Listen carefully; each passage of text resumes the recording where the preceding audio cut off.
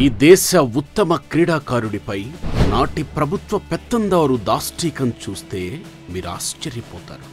ఒక క్రీడాకారుడిపై కుట్రపూరిత వికృత రాజ్య హింసకు పాల్పడింది నాటి జగన్ సర్కార్. ఏషియన్ గేమ్స్లో సానియా మీర్జాతో కలిసి బంగారు పతకం సాధించి దేశ ప్రతిష్టను పెంచిన ఉత్తమ క్రీడాకారుడిపై నాటి జగన్ సర్కార్ దమన నీతి వర్ణించడానికి మాటలు చాలవు. ఒక క్రీడాకారుడిపై జగన్ ప్రభుత్వం ఎందుకంత పగబట్టింది?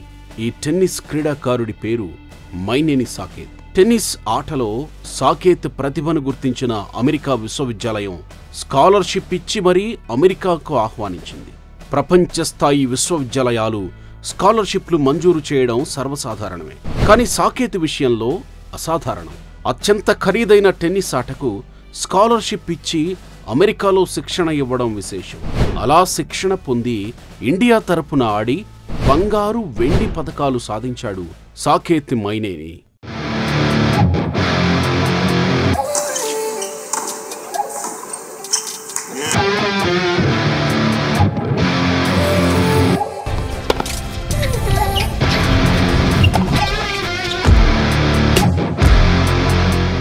సాకేత్ మైనేని. మరి జగన్ రెడ్డికి వచ్చిన ఇబ్బంది ఏంటి అంటారా? సాకేత్ భార్య శ్రీలక్ష్మి రాజధాని అమరావతి రైతు అనుమోలు గాంధీ కూతురు కావడమే జగన్ కక్షకు ప్రధాన కారణం. నాటి చంద్రబాబు సర్కార్ ఆంధ్రప్రదేశ్కు రాజధానిగా అమరావతిని ప్రకటిస్తే పర్యావరణ అభ్యంతరాలపై, నాటి ఇసుక తవ్వకాలపై నేషనల్ గ్రీన్ ట్రిబ్యునల్లో కేసు వేసింది ఈ అనుమోలు గాంధీయే కావడం విశేషం. నాడు గాంధీకి జనసేనాని పవన్ కళ్యాణ్ కూడా మద్దతు ప్రకటించారు. చంద్రబాబు సర్కార్పై కోర్టులో కేసులు వేస్తే అభినందించాల్సింది పోయి అనుమోలు గాంధీ అల్లుడు క్రీడాకారుడు సాకేత్ను వేధించడం ఏంటి అనుకుంటున్నారా? ఇక్కడే ఉంది అస్సలు మెలిక. 2019లో జగన్ పార్టీ ఘన విజయం సాధించి అధికారంలోకి వచ్చింది. నాటి చంద్రబాబు సర్కార్పై అనుమోలు గాంధీ ఎన్జీటీ కేసు విషయంలో చంద్రబాబు పాలనలో ఎటువంటి అక్రమ తవ్వకాలు జరగలేదన్నది జగన్ సర్కార్. మీరు విన్నది నిజమే. చంద్రబాబు సర్కార్ ఇసుక తవ్వకాల్లో ఎటువంటి అక్రమాలకు పాల్పడలేదని జగన్ సర్కార్ లిఖితపూర్వకంగా కోర్టుకు తెలియజేసింది.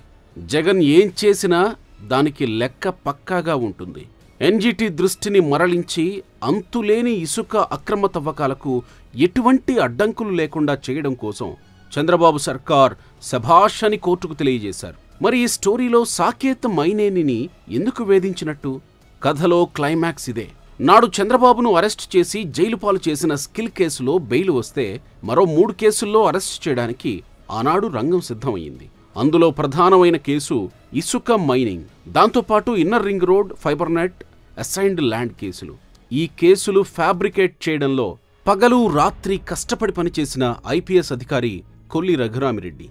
ఆయన సూచన మేరకు ఇసుక మైనింగ్ కేసులో అనుమోలు గాంధీ అఫిడవిట్ ఇస్తే కేసుకు బలం చేకూరుతుంది అని ప్రభుత్వ పెద్దలు భావించారు.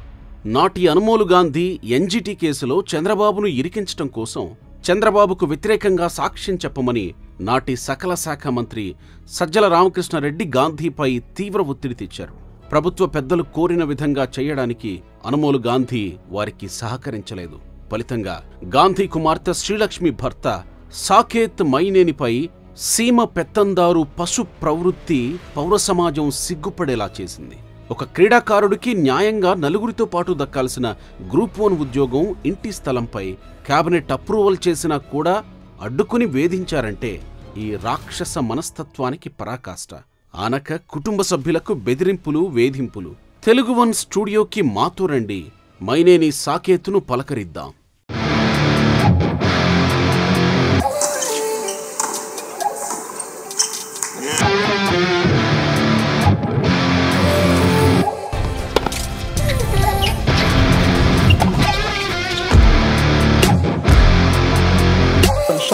冠军的选手。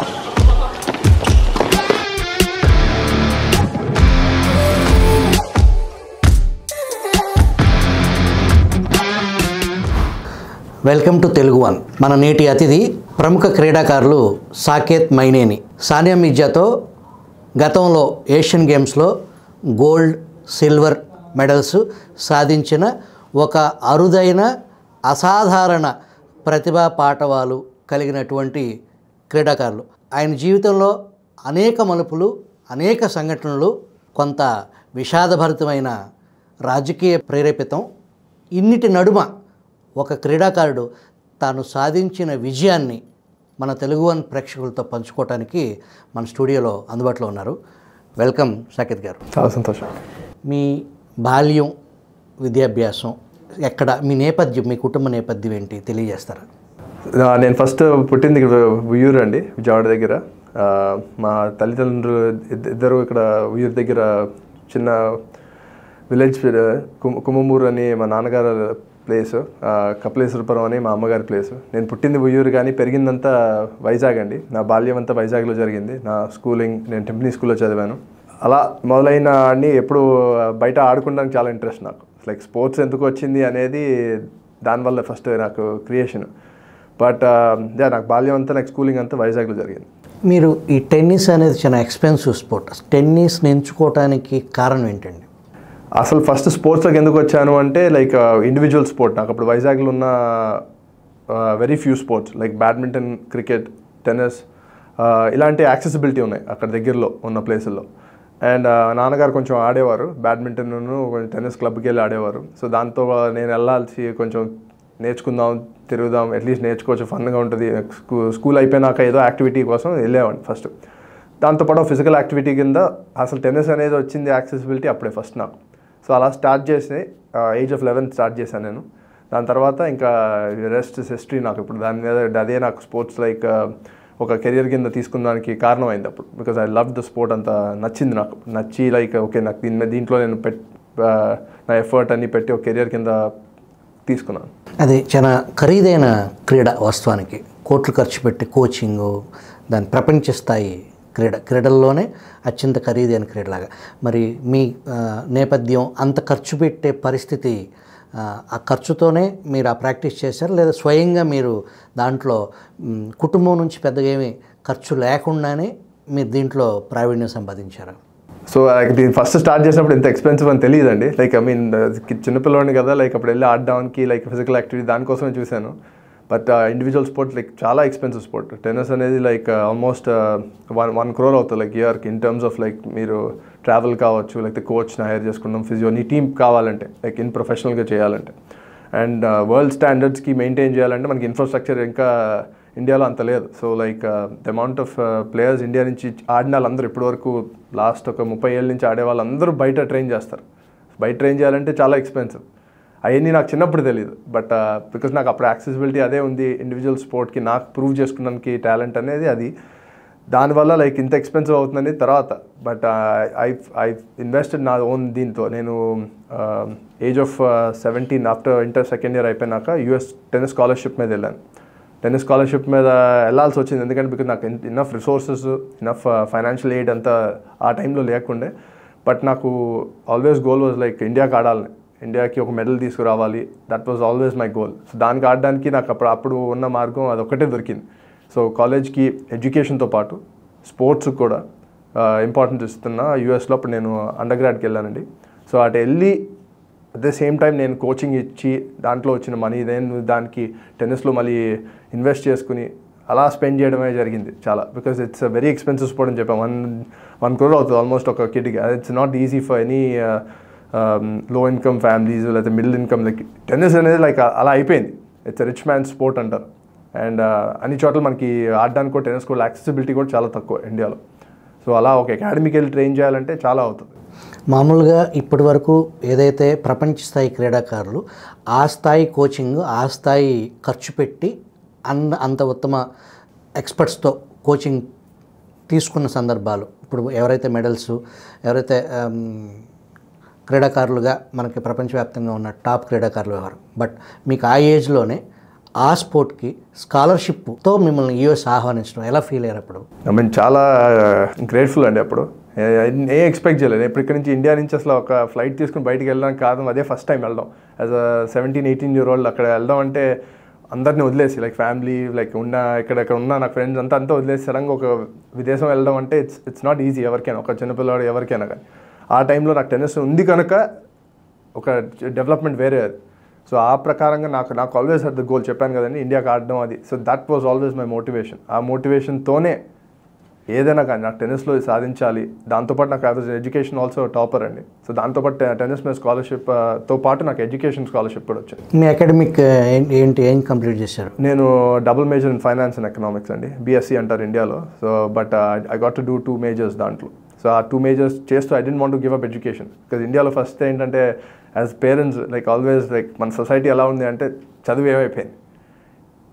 అప్పుడు 20 years బ్యాక్ ఒక స్పోర్ట్ ఆడుతున్నాం అంటే గాలి తిరుగుతున్నాం అన్నారు బేసిక్గా. అంటే అప్పుడు కెరియర్కి ఇంత స్పోర్ట్స్కి ఇంత ఇంపార్టెన్స్ లేదు. ఇప్పుడు ఉంది, but I won't say like okay ఎంత పెరిగిపోయిందా అని అనను. పెరిగింది, అప్పటికి ఇప్పటికి పెరిగింది. బట్ అప్పుడు పేరెంట్స్ సపోర్ట్ ఫస్ట్ ఇనీషియల్ స్టేజెస్లో లేకపోతే ఇట్ వోంట్ బీ ఈజీ ఎవరికైనా, ఏ కిడ్కైనా లైక్ అంత సపోర్ట్ లేకపోతే ఇనీషియల్గా నీకు స్పోర్ట్స్లో పెట్టారంటే అందరూ అంటారు ఏంటి స్పోర్ట్స్లో పెట్టడం ఏంటి, దాంట్లో లేదు ఎడ్యుకేషన్ చదవాలి. బట్ అది ఆల్వేస్ నా తలలో తిరుగుతూ ఉండేది. ఓకే ఎడ్యుకేషన్ ఇవ్వకూడదు, 2 doors పెట్టుకోవాలి. ఒకవేళ బికాజ్ స్పోర్ట్స్ ఎలా ఉంటుందంటే ఒక ఇంజరీ అయిపోతే చాలు, ఎలా అవుతుందో తెలియదు తర్వాత how's your life going to be after. So దానివల్ల నేను I wanted to give education also sports same balance.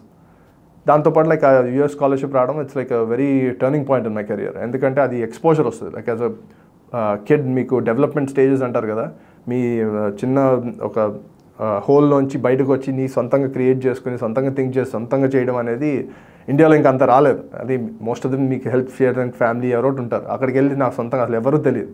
చివరికి ఒక ఫ్రెండ్ని కూడా ఫస్ట్ టైం వెళ్ళి పరిచయం చేసుకుని కొత్తగా ఓకే ఇది నేను ఇలా వచ్చాను ఇండియా నుంచి స్పోర్ట్స్కి వచ్చాను అనేది నేను చేసుకుని లైక్ క్రియేట్ చేసుకుని ఒక సర్కిల్ లైక్ కొత్త ఫ్రెండ్స్ కోచెస్ కావచ్చు. అండ్ ఆ సిస్టమ్ కూడా నేర్చుకోవాలి. ఎందుకంటే India is different from other countries కదా, వెస్టర్న్ కల్చర్స్ కావచ్చు ఏదైనా కావచ్చు. సో దాంట్లో నేర్చుకున్నాను చాలా. లైక్ ఓకే ఏంటి ఇలా ఉంది ఎలా ఉంది. ఇప్పుడు నేను టెన్నిస్ కోచింగ్ ఇస్తూ చాలా నేర్చుకున్నాను. యాక్చువల్లీ లైక్ ప్లేయర్గా ఆడేటప్పుడు నేర్చుకున్నాం వేరు, కోచింగ్ ఇచ్చి ఓకే ఇందులో ఎంత ఉంటుందా అని చెప్పి నేర్చుకున్నాం వేరు.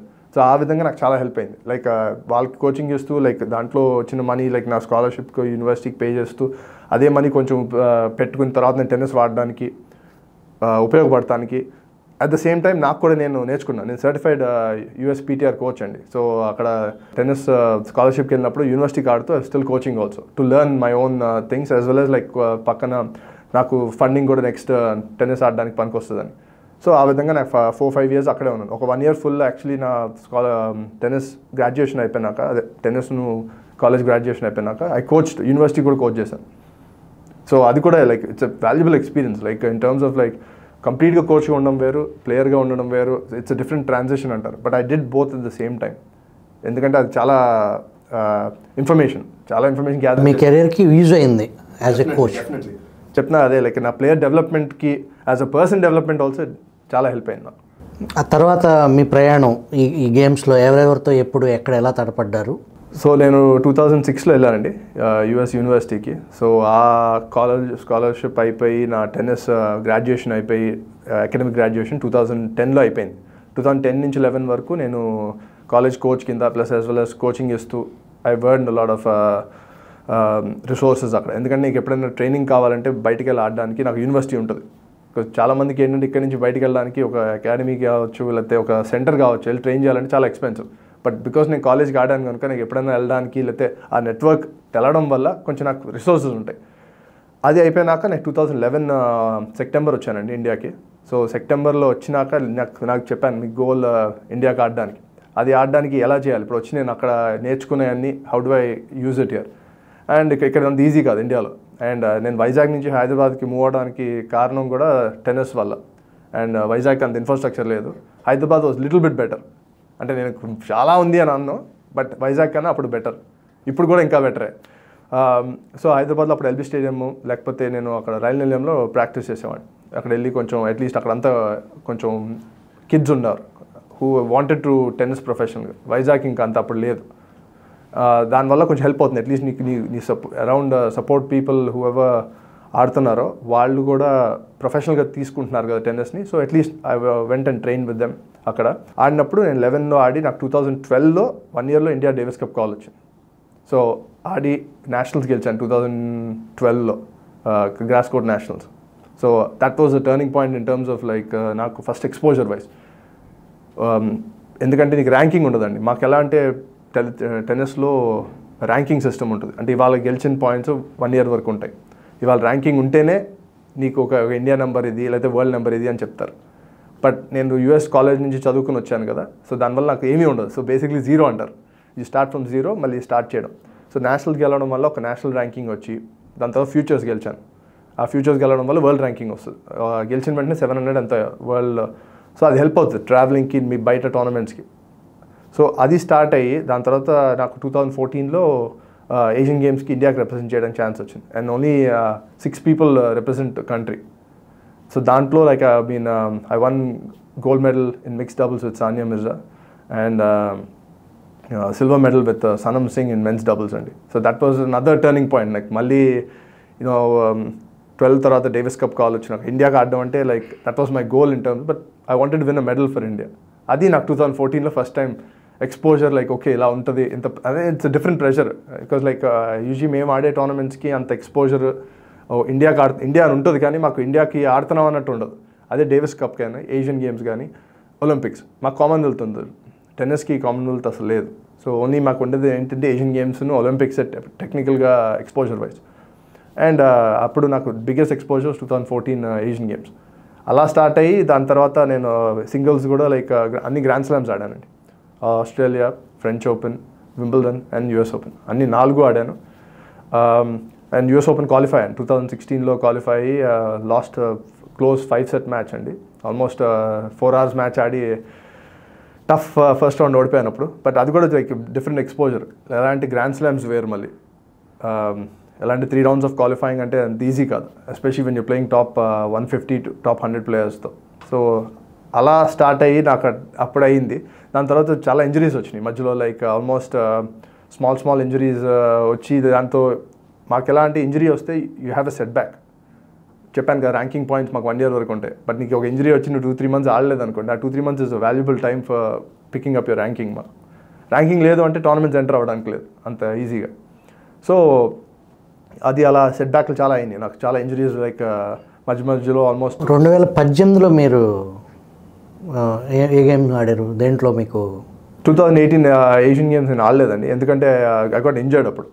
Almost 7-8 months I was out. So ఆ తర్వాత మీరు 2023, సో అంత గ్యాప్ వచ్చిన తర్వాత కూడా మళ్ళీ మీరు అది లైక్ బిగ్గెస్ట్ ఇంప్రూవ్మెంట్ నాకు. ఎలా అంటే లైక్ 2017లో నాకు అర్జున అవార్డు ఇచ్చారు, ఎందుకంటే 2014 నా టెన్నిస్కి ఇంత చేసినందుకు. లైక్ అండ్ నాకు 1 మెడల్స్ ఫర్ ఇండియా దానివల్ల. అండ్ 17లో ఒక స్టోరీ చెప్పాలి ఏంటంటే, అర్జున అవార్డుకి వెళ్తున్నప్పుడు అప్పుడు వైస్ ప్రెసిడెంట్ గారు వెంకయ్య నాయుడు గారు అప్పుడు తెలుగు స్టేట్ నుంచి మన వాళ్ళు ఒకళ్ళు గెలిచారు అని తీసుకొని ఇంటికి పిలిపించారు. ఢిల్లీలోనే ఉంటారు కదా. So like that's biggest thing for me. Vice president ఆయన కాన్వో కార్లు తీసుకుని వెళ్ళి వాళ్ళ ఇంటికి అండ్ కంగ్రాచులేట్ చేశారు. దట్స్ బిగ్గెస్ట్ ఇది లైక్ ఫర్ కాన్ఫిడెన్స్ బూస్టర్ మాకు. And Arjuna award also is big confidence, ఎందుకంటే okay government of India recognition దాంట్లో చేయడానికి. అండ్ నా 18-19 ఏషియన్ గేమ్స్ ఆడకపోవడానికి బిగ్గెస్ట్ డిసప్పాయింట్మెంట్ నాకు. బట్ అన్ఫార్చునేట్ లైక్ ఇంజరీస్ వచ్చి ఆడకపోవడం. చెప్పాను కదా 6 టీం తీసుకున్నప్పుడు you have to be rank high enough. And అప్పుడు నేను అసలు ఇంజరీ అసలు I couldn't even compete also. So it's biggest set back మాకు. ఎలా అంటే ఇంజరీ వస్తే చాలా లాస్ ఇది ఉంటుంది in terms of ranking, in terms of, and it's tough for mentally also when you come back, మళ్ళీ సేమ్ రొటీన్ మళ్ళీ మొదలుపెట్టి మళ్ళీ స్టార్ట్ నుంచి చేయాలి. బికాజ్ ర్యాంకింగ్ ఉండదు, తగ్గిపోతుంది, మళ్ళీ స్టార్ట్ చేయాలి. అలా మళ్ళీ 23లో ఆఫ్టర్ 9 years ఏషియన్ గేమ్స్ ఆడి మళ్ళీ silver medal men's doubles Ram కుమార్తో రావడం it's biggest achievement in terms of not just medal రావడం కాదు, in terms of set back నుంచి మళ్ళీ పైకి వచ్చి మళ్ళీ మెడల్ తీసుకురావడం అండ్ ఇండియా కాంట్రిబ్యూట్ చేయడం. It's like biggest accomplishment for me అప్పుడు. బట్ ఇంకా లైక్ ఐ కీప్ ఫైటింగ్. ఇంకా I wanted to get medals in Olympics also. Hopefully like that's one of my goals to be coming soon. ఇప్పుడు మీరు ఏమన్నా tours ఉన్నాయి, world tours జరుగుతున్నాయండి. మాకు year అంతా ఆల్మోస్ట్ Jan ఫస్ట్ వీక్ నుంచి మొదలవుతుంది. ఆల్మోస్ట్ mid-December వరకు మాకు సీజన్ జరుగుతుంది. మాకు ఓన్లీ టైం లాస్ట్ 2 weeks, అది ఆఫ్ సీజన్, మళ్ళీ ట్రైనింగ్కి మళ్ళీ బ్యాక్ టు. సో మాకు కాన్స్టెంట్గా ట్రావెలింగ్ ఎక్కువ. ఇంత కష్టపడిన ఒక క్రీడాకారుడి జీవితంలో ప్రభుత్వ ప్రోత్సాహం, దానికి సంబంధించి న్యాయంగా మీకు దక్కాల్సిన ఒక స్థలం, ఒక జాబ్ విషయంలో రాజకీయ ప్రేరేపిత ఇబ్బందులు నిజమేనా? ఏం జరిగింది అసలు? సపోర్ట్ ఉండాలి, వచ్చిందా అంటే లేదు, రాలేదు. అది స్ట్రైట్ అది. అండ్ ఎలా ఉంటుందంటే మనకి స్పోర్ట్స్లో ఏం చేసావో మెరిట్ ద్వారా ఉంటుంది. అండ్ స్పోర్ట్స్మెన్కి doesn't have the time for చుట్టూ తిరిగి ఇలా చేయించుకోవాలని నాకు తెలిసిన తర్వాత. వీ డెంట్ నో ఇలా ఓకే ఇలా వస్తుంది అనుకుని నేను అనుకున్నా బై డిఫాల్ట్ డైరెక్ట్గా. బట్ అలా ఏమి ఇక్కడ జరగవు. అలా ఎలా అంటే మనం తిరిగి కంప్లీట్లో ఒక ఫ్యామిలీలో అందరూ ఒక మనిషి కన్ఫర్మ్గా ఎవ్రీ 24 hours 365 days తిరిగితేనే అట్లీస్ట్ కొంచెమైనా జరుగుతాయి. ముందు నాకు అప్పుడు నా ఫ్యామిలీకి ఎవరికి మాకు తెలియలేదు ఫస్ట్ ఇనీషియల్గా. తర్వాత మా వైఫ్ శ్రీలక్ష్మి గారు తిరగడం, దాని తర్వాత మా మామయ్య గారు గాంధీ అన్మోల్ గారు తిరగడం, తిరిగినా కూడా జరగలేదు. అంటే అటు ఇటు తిప్పుతారు చాలా ఆల్మోస్ట్ లైక్ 4-5 years తిప్పుతూనే ఉన్నారు. బట్ అలా మీకు ఒక స్థలం ఇచ్చి అది అసలు ఆంధ్రప్రదేశ్లో ఎక్కడా కూడా అటువంటి గజం అన్ని వేల రూపాయల విలువ లేదు వాస్తవానికి. లేని దాన్ని జీవోలో పెట్టి ఆ కారణంగా మళ్ళీ మీకు ఇచ్చిన దాన్ని వెనక్కి లాక్కునే అది కొంచెం వివరిస్తారా? ఐ మీన్ ఫస్ట్ లైక్ అంతే స్పోర్ట్స్మెన్కి పాలసీల్లో ఉండవండి అని. బట్ అప్పుడు 1000 square yards ఇస్తానని చెప్పి క్యాబినెట్లో ఇది చేశారు. క్యాబినెట్ అప్రూవ్డ్ చేసి వచ్చినాక పేపర్ వర్క్ డాక్యుమెంట్స్లో మళ్ళీ అది బ్యాక్లాగ్ లాగా ఒక 500 square yards అని ఇంత ప్రైస్ ఉంది, చాలా ఎక్స్పెన్సివ్గా చూపిస్తున్నారు, అసలు అంత స్టేట్లో ఎక్కడా లేదు. అది చూపించి మళ్ళీ దానివల్ల ఇలా చేసామన్నట్టు తగ్గించారు. సో అది కుట్రపూరితంగానే చేయాలని ఉద్దేశపూరితంగా ఇబ్బంది పెట్టాలనే దాని గురించే ఒక క్రీడాకారు విషయంలో రాజకీయ మకిలి కారణంగా అది జరిగింది. అయితే మీ జాబ్ విషయంలో ఏం జరిగింది? జాబ్ విషయం కూడా లైక్ 2023 మెడల్ వచ్చినాక ఇలా అష్యూరెన్స్ ఇచ్చారండి. మెడల్ వచ్చింది, ఇలా కంట్రీకి ఆడావు చేసావు, దానికోసం మీకు జాబ్ అష్యూరెన్స్ ఇస్తారు Group 1 as per par with Sindhu గారికి, శ్రీకాంత్ గారికి, సురేఖ గారికి ఇచ్చినట్టు ఇస్తామని చెప్పి క్యాబినెట్లో అది కూడా అప్రూవ్ చేశారండి. చేసి వచ్చినాక ఇప్పటివరకు దాన్ని ఆ డాక్యుమెంట్ ఫ్రంట్ అండ్ బ్యాక్ అక్కడ తిప్పుకుంటూనే ఉన్నారు. ఇప్పటివరకు ఇంకా బయటికి ఏమీ రాలేదు దాని గురించి. So it's been pending for last over year అండి. ఇప్పుడు ఇయర్ అండ్ 3 months ఇప్పటివరకు అలా తిప్పించుకుని మేము వెళ్ళి తిరిగి ఆ టైం దీనివల్ల ఎంతైనా కష్టం అండి. లైక్ యాజ్ అథ్లీట్కి ఎవరికైనా కానీ ఇంత తిరిగి లైక్ ఇట్స్ డిసప్పాయింట్మెంట్. లైక్ మిగతాలకి ఇచ్చి మనకు కూడా ఇవ్వాలి అని మనం చూస్తాం, బట్ అది జరగకపోవడం లైక్ ఇట్స్ వెరీ డిసప్పాయింట్మెంట్. అలా కాకుండా లైక్ ఒక పాలసీ ప్రకారంగా గెలిచినాక ఇవ్వడం కాదు, like it's support from young age, any junior కావచ్చు. ఇప్పుడు బికాస్ మనకి ఎంతమంది మిస్ అయిపోతున్నారో చూడాలి. The amount of players we're losing. ఏంటంటే 1.6 పాపులేషన్ కంట్రీ నుంచి టెన్నిస్ ప్లేయర్స్ మనకి తక్కువ మంది ఆడుతున్నారు. టెన్నిస్ ఒక్కటే కాదు, ఎవ్రీ స్పోర్ట్ లైక్ ఒక ఎకోసిస్టమ్ లేదండి, టెన్నిస్కి అస్సలు లేదు. ఆ ఎకోసిస్టమ్ బిల్ట్ అయితేనే లైక్ ఇలా ప్రాపర్గా ఇన్ఫ్రాస్ట్రక్చర్ డెవలప్మెంట్. సో అకాడమీకి కనుక నేను అడిగాను, అకాడమీ కూడా లైక్ ఎప్పటి నుంచో కాదు పెడితేనే మనకి, ఎందుకంటే నేను నా ఎక్స్పీరియన్స్ వల్ల, నా కోచింగ్ దీనివల్ల I want to bring the best resources మన కంట్రీలో ఉండి. ఎందుకంటే బయటికి వెళ్ళిపోయి ఎంత స్పెండ్ చేయడం కన్నా అట్లీస్ట్ మనకే ఇక్కడ బేస్ పెట్టి ప్రాపర్గా రిసోర్సెస్ ఇవ్వడానికి నా ఎక్స్పీరియన్స్ వాడదామని నేను. మీరు గత ప్రభుత్వంలో అకాడమీ పెట్టి ఇక్కడ క్రీమ్ని తయారు చేయాలి అనే ఒక ఉద్దేశంతో ఆ క్రీడకి మీరు చేయగలిగిన సాయాన్ని అందించాలని అకాడమీ ద్వారా మీకు అనుమతులు కూడా వచ్చి ఎందుకు ఆగిందండి? అది కూడా సేమ్ అండి, ఇలా బ్యాక్ అండ్ ఫోర్త్ తిప్పించుకుని అక్కడ ఫైల్ ఇక్కడ ఫైల్ ఆపి తెలియదు, దాని తర్వాత ఏం జరుగుతుందో తెలియదు. మనకి అంత స్పోర్ట్స్ వాళ్ళకి అంత డైరెక్ట్గా ఎవరు వచ్చినప్పుడు కలుస్తారు, బాగానే ఉంది అయిపోతుంది అంట, బట్ జరగదు.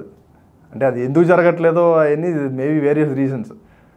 దానివల్ల like it's disappointment, definitely disappointment and very discouraging for ఇప్పుడు. ఎందుకంటే next generation athletes last time కదండి, ఇంత కొంచెం టైం అయినా కూడా like it's a big loss for any athlete. ఇప్పుడు మన స్టేట్ నుంచి ఇంతమంది రావాలి, ఇండియా నుంచి ఇంతమంది రావాలి, బెస్ట్ సెంటర్స్ ఉంటేనే ఇన్ఫ్రాస్ట్రక్చర్ ప్రాపర్గా అప్పుడు జనాలు ఉంటారు ఇక్కడ.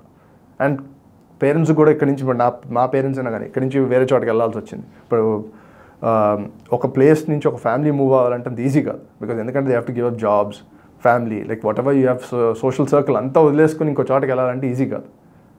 ఆ విధంగా we have to give resources. ఇప్పుడు ఇక్కడ నుంచి ఒక కిడ్నీ ఫారెన్ పంపించాలంటే ఎంత ఎక్స్పెన్సివ్ తెలిసిందే మీకు. ఇప్పుడు అంత పంపించి కూడా మళ్ళీ దాంతోపాటు ఒకరిని పంపించాలి గార్డియన్గా, ఎందుకంటే కిడ్కి అంత ఈజీ కాదు వెళ్ళి అక్కడ ఒక్కడనే సస్టైన్ చేయడం. సో దాంతోపాటు ఇంకో అంత ఎక్స్పెన్సెస్ లైక్ కోఆపరేట్ అన్నీ.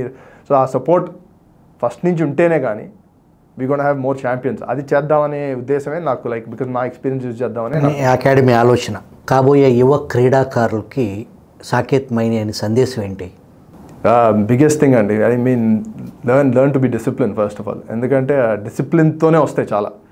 ఇప్పుడు నేను ఇంత కారణం చేయడానికి నాకు గోల్ ఉండేది, ఆ గోల్తోనే నేను హ్యావ్ బీన్ రన్నింగ్. ఆ డిసిప్లిన్ కోసమే ఎన్ని అడ్డంకులు వచ్చినా కానీ ఎండ్ ఆఫ్ ద డే నువ్వు దాని గురించి చూస్తావు. ఆ టన్నుల్లో ఆ చివర అదే ఉంది, దానికోసం నువ్వు ఎలా అటైన్ చేస్తావు అనేది వెరీ ఇంపార్టెంట్. ఆ డిసిప్లిన్ ఉండాలి. మధ్యలో వెళ్ళి you have a lot of road blocks, lot of obstacles మధ్యలో.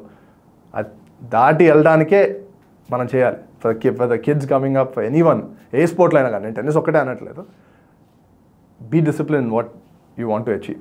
And of course like if you keep running over, అలా చేసి చేసి చేసి గ్రాడ్యువల్గా గ్యారంటీగా వస్తుంది. But you still have to work your ways.